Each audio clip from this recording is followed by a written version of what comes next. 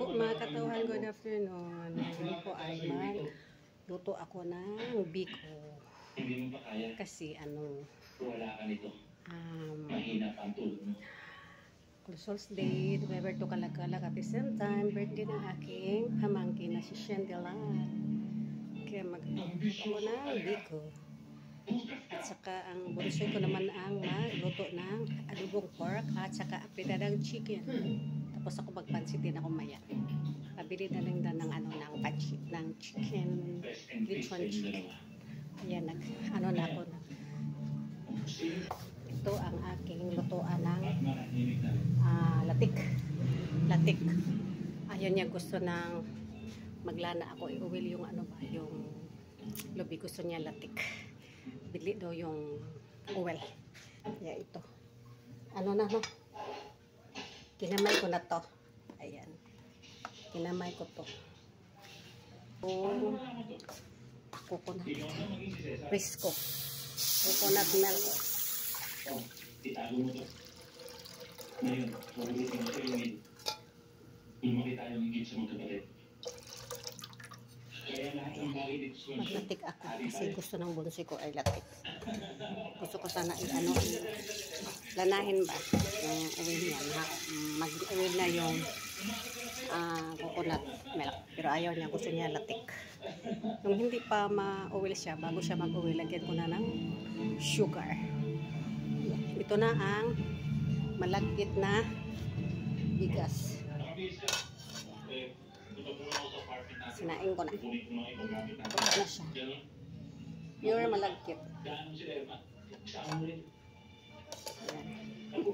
Hindi ko na napakita yung pagkilis ko, yung paghugas, maghugas bigas, tapos pag pumot ko yung, kinamay ko yung coconut na grind.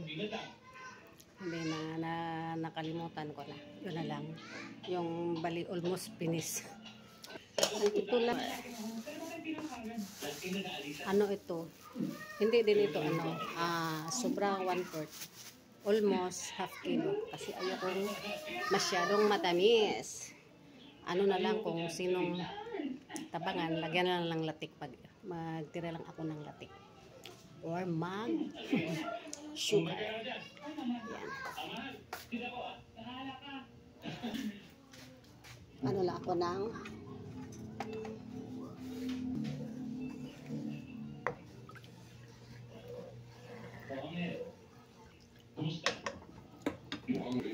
hindi ko sa maya. Tapos lagyan ko ng limonsito pang mas okay yung limonsito kaysa sa kanang yung pangpahumot, pangpabango. Meron man ako dito. Vanilla. Ayan, may vanilla man ako. Pero gusto ko yung limonsito. Pangwala po siya. Pangwala sa loob. Tip ko kayo mamaya.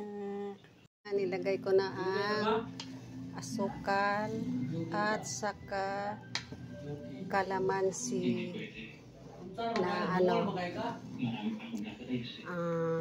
panit ng kalamansi. Balat ng kalamansi, 3 kalamansi. Kinuhaan ko ng juice. Yung sauce niya ba, yung katas. Ako yung katas, 3 kalamansi at saka liso. Ginawa kong bali pabango. Instead na vanilla. Ayan, pag medyo sticky na yan siya, pwede na. Lagay ko na yung malagkit na rice. Ayan. Glutinous rice. Ayan. Parang amoy kutong ba? Siguro yung pinakailalim niya na na pagod. Kutong. Yun sa Tagalog yung pagod Ayan, luto na luto. Walang bakas na medyo hilaw.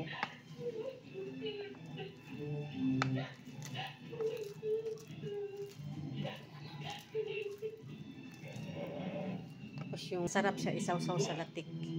Itong yung dukot. Dukot sa Bisaya. Dukot yung maitim na sa ilalim niya. Pinakailalim niya. Nasunog. Sarap yan siya isaw-saw sa latik. Magtira ako ng latik ng kaunti lang. Diba? Nagbukal na. Almost done na ang latik.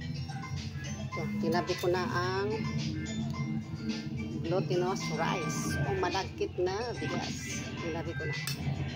Ang sugkay ko ito. Ayan.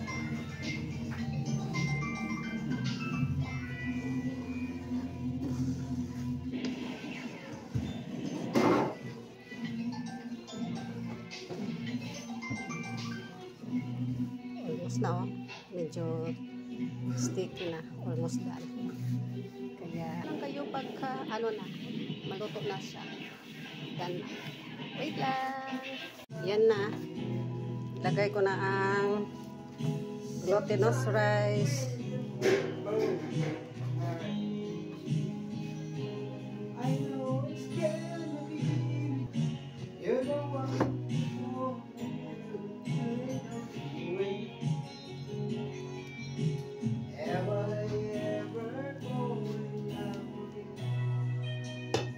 Yan, tapusin ko muna.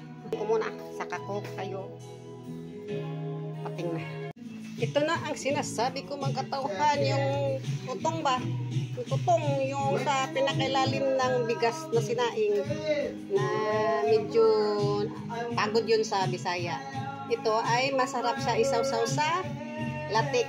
Ayan, nagtira ako ng latik. Ayan. Ayan, tinira ko din ito. Ayan. Anak mo. Ayan na. Sugayin ko muna. Kasi walang mag-hold sa camera, kaya antay lang kayo pag matapos ko na magsugkay-sugkay. Ito na mga katauhan, naluto na. Sarap sana kung ginawa kong oil ba, yung lana ba, yung coconut oil para yung yung kinopsan niya, yung naging lunok, kung sa Bisaya lunok. I-garnish ko sana. Pero kay latik man, kasi ang gusto ng bonsoy ko na latik lang, hindi lang oil yun, yung coconut milk. Kaya wala akong nilagay na garnish yun. At saka ito, yung kutong, ayan, kainin ko to, i-merienda ko ngayon. May natira naman ako na latik. Kainin ko to, at saka parisan ko ng kape. Kaya magmerienda ako at yun lang. Thank you for watching. Mamaya naman after sa magluto ng pork adobo at saka chicken apretada yung bunsoy ko, magluto pa ako ng pansit para sa aming birthday boy at saka same time All Saints Day. Kaya thank you for watching. Dito lang po. Love you all. Magandang hapon. Happy Saturday, All Saints Day. Bye-bye.